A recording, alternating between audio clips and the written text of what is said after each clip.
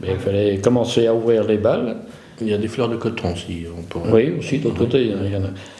Il fallait ouvrir les balles étaient pressées, elles étaient en paquet une moyenne de 200 kilos. Il y en avait même jusqu'à 300. Des balles qui venaient d'Allemagne, qu'ils avaient déjà pris les fibres dedans, ils appelaient ça les peigneuses. Ils mélangeaient avec, mais c'était pas très valable. Enfin, c'était comme ça. Alors après, on mélangeait sur les tapis une partie de toutes les balles un petit peu tout le temps. De façon à diminuer les balles au même niveau partout, de façon que le mélange se fasse bien.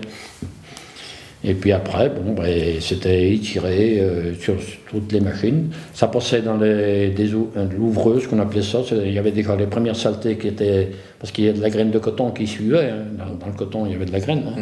Il y avait des balles, comme on dit ça. C'était aspiré par des aspirateurs par-dessous, sous des grilles et tout. Ça, c'était ce elle était battue, rebattue. Rebattue, oui. On appelait ça le batteur au départ. Et après, elle était effilochée. Puis après, on sortait le fil, ainsi de suite. Il y avait toute la... Oui, parce qu'autrefois, tout à fait autrefois, il fallait voir tous les passages qu'il y avait. Hein. C'était l'écart de... Ça faisait une mèche à peu près comme le pouce, là, mais qui n'était pas dur. Ça allait aux étirages. Ils mettaient au moins 5-6 bras ensemble pour en refaire qu'un.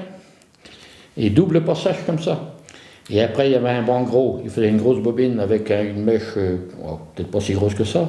Et ces mèches-là étaient redoublées sur d'autres bancs fins, avant d'arriver au continu. Avant de sortir le fil. Oui. Alors au continu, ça passait sur 3 cannelés, qu'on appelait ça, 3 axes différents. Et le premier pour tourner à une certaine cadence, l'autre un peu plus vite, et l'autre encore plus vite, de façon à étirer et laminer en même temps. Et après, il y avait la torsion avec un curseur. D'ailleurs, j'ai vu une bobine en entrant, là, on pourrait montrer les bobines qu'il y avait dessus. Et c'était embobiné autour, on appelait ça continu à filer. Et après, ça partait, c'était mouillé, c'est passé à la mouilleuse pour pas que le fil se revrouille ensemble, pour le tenir stable avant de passer au bobinage. Puis après, du bobinage, c'était lourdissage. Et puis après, il y avait aussi le rotor que je pensais tout à l'heure, qui passait en sectionnel. Il faisait des rouleaux de tisserand pour aller sur les métiers tissés par section. Oui. Hein, Après, ça partait en préparation tissage. Voilà.